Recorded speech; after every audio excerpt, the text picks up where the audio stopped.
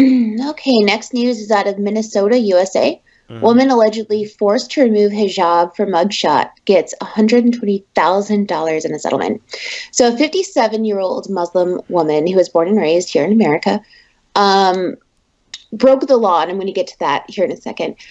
She broke the law. She was arrested just like anyone else, taken to jail just like anyone else.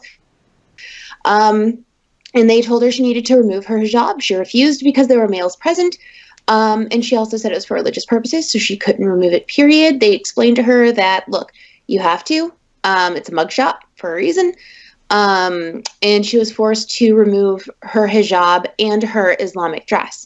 So men were present. She claims that she was also told that the people who were taking her photo told her that no one in the public could see it, so it was okay if she removed her hijab.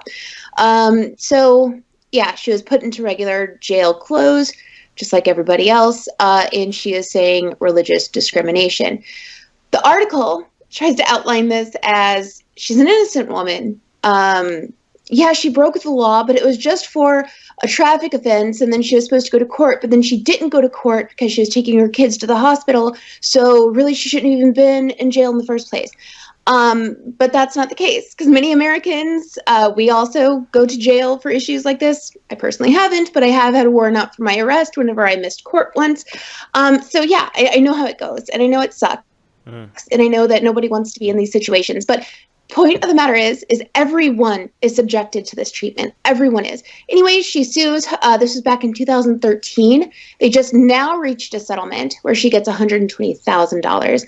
And they said that they are going to be making new rules in their court system to ensure that Muslims do not have to remove their hijabs in view of men or anything of that nature. So, bottom line, Armin, do you think this was religious discrimination? No, it's religious privilege if you could get $120,000 for the way you were treated just like everybody else, right? I mean, Right. And here's the deal. Here's the way I see it. Okay. yeah. If she walks in there and they said, oh, no, honey, no, you don't have to remove your hijab because you're a Muslim and it's okay. And they take her mugshot like that. Isn't that discriminatory? Like, aren't they not treating her like they would treat anyone else? Yeah. I mean, I don't know how I feel about this. I think you have to treat people nicely, right? But if it's a mugshot, like, they could be like, listen, like, it should be easy for them to just say, like, there's going to be no men, in the room while we do it. Like, but you have to take off the hijab. It's a mugshot. We have to be able to identify who you are. You're a criminal. Well, here's the deal, too. When it comes to no men, what if there are no women present? And that's the problem. That's the luck of the draw of going to jail in the first place. Okay, sometimes you're not going to have an all-female staff. Sometimes it doesn't work out that way. And it's unfortunate. I mean, they take women's wigs. I know what they do when people go to jail. They take women's wigs, okay? You can't leave your hair if it's distracting or in view of your face. Me, if I were to be arrested, I'm sure they'd make me put all this back out of the way. So that they can see my face. People have to remove their glasses, even if that makes them legally blind at that point. Yeah, I mean, your religious feelings shouldn't be a way for you to demand that you're treated in a different way than other people, right? Like, you are asking for... I mean, I'm not sure how I feel about this, but right now my position is like, you're demanding special rights. You're not demanding equal rights. You're demanding special rights because of my Sky Daddy, right? Which is like, the answer should be like, no. So, I mean... but where did the $120,000 came from? How did she got that much damages? Like, why? Okay, so your feelings were hurt. Was that worth $120,000? Like, what? Not feeling. She says her religious sentiments. Feelings. She specifically, the whole claim was specifically for religious discrimination. Religious discrimination. We're asking her to be treated like every other American gets treated. And look, it's not fun. It's not sweet. Okay? A lot of women would prefer to not have men present when they're going through a lot of their stuff. It's unfortunate. How is this religious? Okay, tell me somebody. Maybe I'm not understanding. How is this religious discrimination for you to be treated just like everybody else? It's religious discrimination if you're not being treated like everybody else. Okay, can somebody tell me like what the judge is thinking here? I don't understand. Like you're being treated just like everybody else. Discrimination. That's the opposite of discrimination, isn't it? I don't know. Chopin, what do you think? You're muted. Yeah, okay. So what I think is like I'll commit a crime and then I'll just wear my hoodie for the mugshot. And if they ask me to remove the hoodie, I'll ask for $120,000. Yeah, $120,000. The top comment is actually by somebody that disagrees with us, is saying, well, that is her right. We need to respect her. Well, it's her right to wear it but it's not her right to do whatever she wants when she's being arrested as a criminal. Like, your rights, you have a right to certain freedoms with certain conditions. For example, if you commit a crime and you go to jail, you can't be like, well, what happened to my freedom of mobility?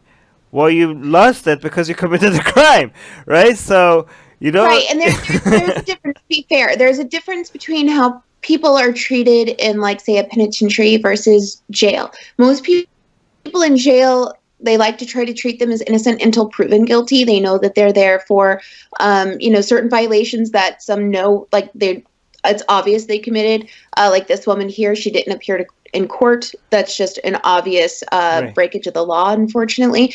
But they still get more rights than people do in penitentiaries.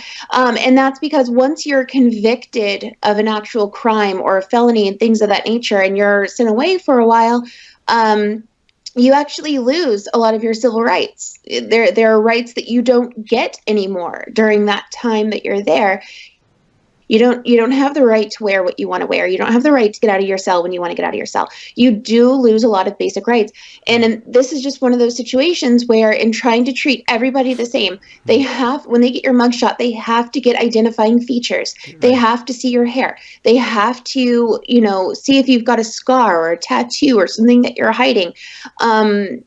It's just, like I said, it's unfortunate, but that's what happens when you break the law. And if we don't like the law, then guys, it's the law that we should be upset about, right? If everyone's upset that this woman was there for missing a court date over a traffic ticket, then let's get upset about the law because everyone is treated that way. It's not just her. Then how did she win, though? If this is the law and the people that were asking her to take off their because she said religious discrimination. But then again, how did the judge buy that? How did the judge buy somebody being treated equally like everybody else as religious discrimination? I don't understand. Somebody educate us. The second top comment is saying, if I'm required to remove my glasses that literally help me not be legally blind, then any headdress needs to be removed for legal photograph. They need to be able to identify all of your features and attributes. It's not an effing photo shoot, it's a mugshot, which means she did something to merit an arrest. Her quote-unquote right to not remove the headdress was revoked when she was arrested. Yeah, exactly. Along with some other rights like freedom of mobility. Right? Atheists are under attack in many places. If they were Christians, their voices would be heard.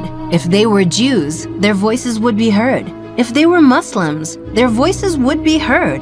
But they are atheists, and not many seem to be listening. Let's make it difficult for them to ignore us.